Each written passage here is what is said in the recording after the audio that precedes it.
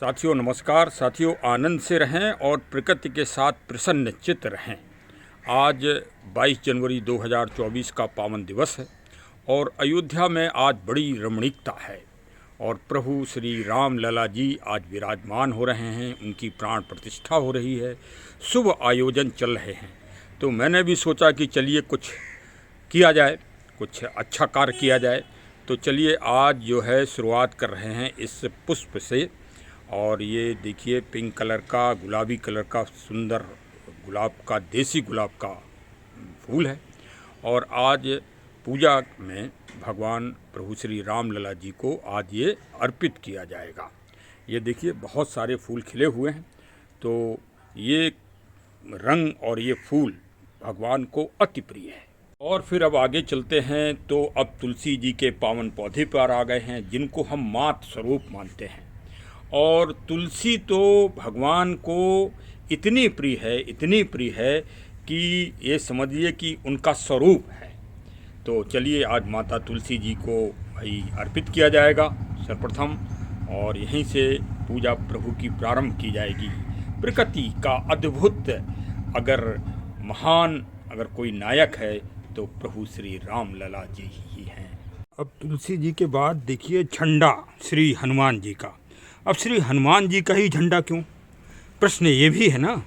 तो इसको भी मैं शास्त्र सम्मत आपको बता दूं। महाभारत जी के युद्ध में, महाभारत से बड़ा युद्ध पूरी दुनिया में कोई हुआ नहीं, और उसमें भगवान को सारथी बनना पड़ा था धनुषधारी अर्जुन के लिए, और उनके लिए रथ आया था। तो उस रथ में सबसे ऊपर श्री हनुमान जी विराजमान थे झंडे में, और उन्होंने पूरी शाश्वत गीता को यथार्थ रूप से सुना था। ये भी आपको रहस्य हमने बता दिया आज कि गीता सुनने वालों में एक तो संजय थे, एक धृतराष्ट्र थे, और एक बर्बरीक थे, और पूज्य श्री हनुमान जी महाराज जी थे। तो हनुमान जी महाराज जी पवन जी के पुत्र हैं, वो हर जगह विराजमान रहते हैं। चलिए ये भी रहस्य आज हमने श्री राम जी की प्रतिष्ठा के समय उद्घृत कर दिया है। और ना ही अयोध्या पावन का अस्तित्व है, क्योंकि अयोध्या पावन धाम के जो राजा और महाराजा हैं वो श्री हनुमान गढ़ी में विराजमान हैं, हनुमान लला जी। और हमने अयोध्या में जो भी भक्त और दर्शन करने जाएंगे उनसे निवेदन और प्रार्थना की है कि एक ही नारा लगाएं, श्री राम लला जी की जय।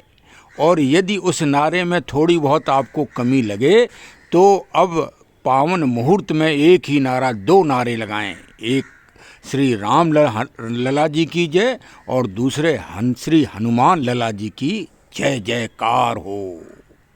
आप ये मत सोचिए कि वो आपकी आवाज़ और आपकी जयकारा सिर्फ अयोध्या तक सीमित रहेगा। नहीं नहीं नहीं, हनुमान जी का यही तो काम है कि यही तो आप हम लोग नहीं समझ पा रहे हैं, मानव लोग भ्रम में फंसे रहते हैं। अरे हनुमान जी इस पवन में मौजूद हैं। पवन का मतलब आकाश, पूरे जैसे आप 6 फुट के लंबे हो तो 6 फुट के बाद आकाश ही तो आपको घेरे है, आपके शरीर को। आपके शरीर को कौन घेरे है? आकाश और हवा। तो हनुमान जी आपके चारों तरफ हैं, हम लोग अंधे हैं, देख नहीं पाते हैं।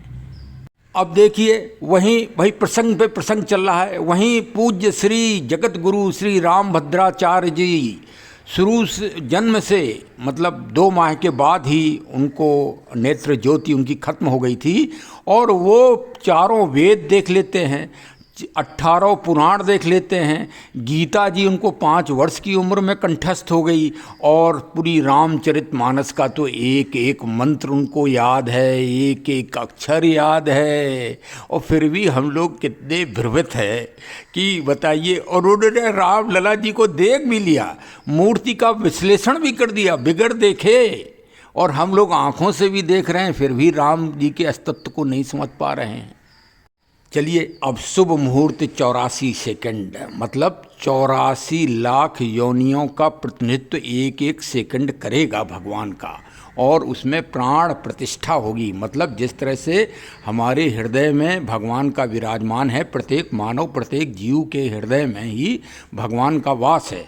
कबीरदास जी ने कहा भी है, भाई कबीर को तो मान ही लो कि कस्तूरी कुंडल वसें मृग ढूंढें बनमाएं, ऐसे घट घट राम हैं दुनिया देखत नाएं। तो आज उन प्राण प्रतिष्ठा का मतलब कि हृदय में वो शक्ति, ईश्वरी अंश विराजमान होंगे। ये है आज की जो शुभ मुहूर्त में जो प्राण प्रतिष्ठा का आयोजन हो रहा है, वो इसका सार यही है। और इसके सबसे बड़े उदाहरण हैं। अच्छा, अब राम और कृष्ण में कैसे लोग जो है भ्रमित हैं और कैसा अंतर करते हैं, समझ में नहीं आता कि राम और कृष्ण को बांट देते हैं। ओहो, बड़े बड़े ज्ञानी बांट देते हैं। अरे भाई, वही क्रिया जगन्नाथ जी में होती है। 12 वर्ष के में भगवान के विग्रह से वो पदार्थ है, वही आत्मा निकाली जाती है जो धधकती है, धक धक धक धक, जो पुजारी जी निकालते हैं उनके हाथ में उसी तरह से धधकती है जिस तरह से हम लोगों का हृदय 72 बार धड़कता है ना। अरे वो तो विज्ञान से सिद्ध है ना। उसी तरह से भगवान कृष्ण जी का जगन्नाथ, जो जग के नाथ हैं, वही जगन्नाथ। और ये अब प्रभु श्री राम लला जो जगत के लाल हैं, वो राम लला साहब हैं।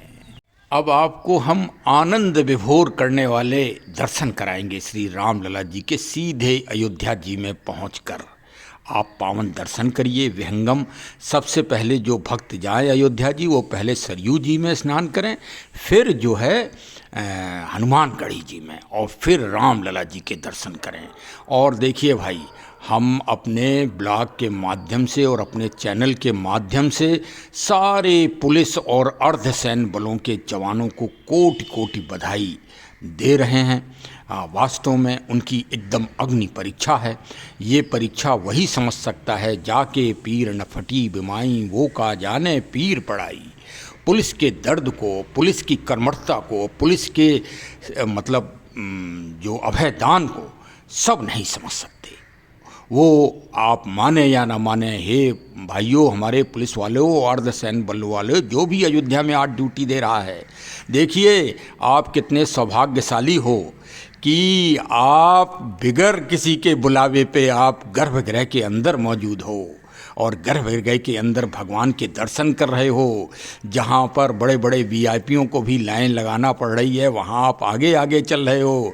अरे आप रामा दल के सैनिक हो। आत्मा अजर अमर है।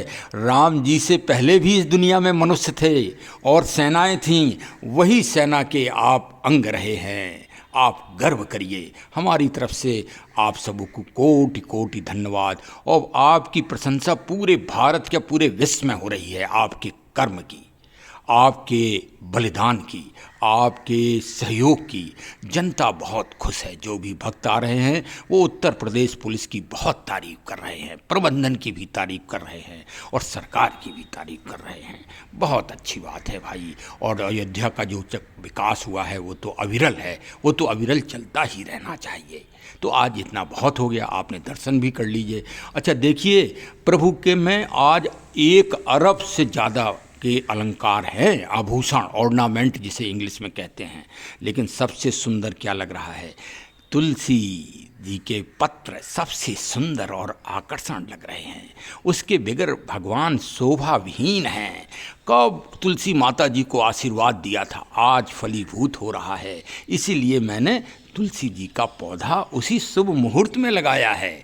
12:29 8 सेकंड में ही पौधे को रोपित किया। ये एक संयोग है, बड़ा भारी संयोग कि प्रभु ने हमको मौका दे दिया।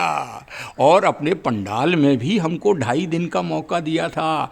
अब हम जाएंगे जब अयोध्या और दर्शन करेंगे पावन महान मंदिर के, तब आपको हम समीक्षात्मक टिप्पणी करके बताएंगे। हमारे चैनल से ज़रूर जुड़े रहिए। हम नकल नहीं करते किसी की। हमारे ब्लॉग में जो चीज़ आप सुनेंगे वो यथार्थ और शाश्वत होगी और एकदम अलग होगी, अलग विमोचन होगा, अलग इन्वेस्टिगेशन होगा। हम तो प्रभु की भी इन्वेस्टिगेशन करते रहते हैं। हाँ, और क्या भाई, जो पुलिस के गुण पाए हैं 36 साल में, उनको अविरल रूप से जारी रखते हैं। हाँ, चलिए सुनते रहिए, जुड़ जाइए साहब। अब नोटिफिकेशन का बटन दबा दीजिए और सब्सक्राइब कर लीजिए। बहुत बहुत धन्यवाद सभी मिलने जुलने वालों को भेजिए, जिससे प्रभु राम जी के साथ प्रकृति और पर्यावरण के संरक्षण की भी अविरल चेतना जन जन में जागे, पूरे विश्व में फैलाइए इसको। भारत तक अगर सीमित रखोगे, देखिए अब हमारे पूर्वजों ने क्या किया, राम जी की विचारधारा को पूरे विश्व में आच्छादित नहीं किया, बस कमी ये रह गई। इस कारण बस अब इस कारण में ही सब कुछ शामिल है, अब आगे नहीं कहेंगे, ब्लॉग बड़ा हो रहा है। चलिए जुड़ जाइए, फिर समय समय पर वार्ता होती रहेगी और बहुत प्रेरणात्मक और मोटिवेशनल प्रसंग प्रभु राम जी के चलते ही रहेंगे, राम लला जी के। चलिए साहब, धन्यवाद धन्यवाद, जय हिंद जय हिंद जय हिंद। अब आप प्रभु श्री राम लला जी के विहंगम और अलौकिक दर्शन करिए। आपको ऐसी प्रतिमूर्ति दुनिया में कहीं प्रकृति के तत्वों से ही और प्रभु को आनंद की प्राप्ति होती है, मतलब, और यही सबसे बड़ा आनंद है। प्रभु श्री रामचंद्र जी प्रकृति पुरुष हैं, प्रकृति के नायक हैं।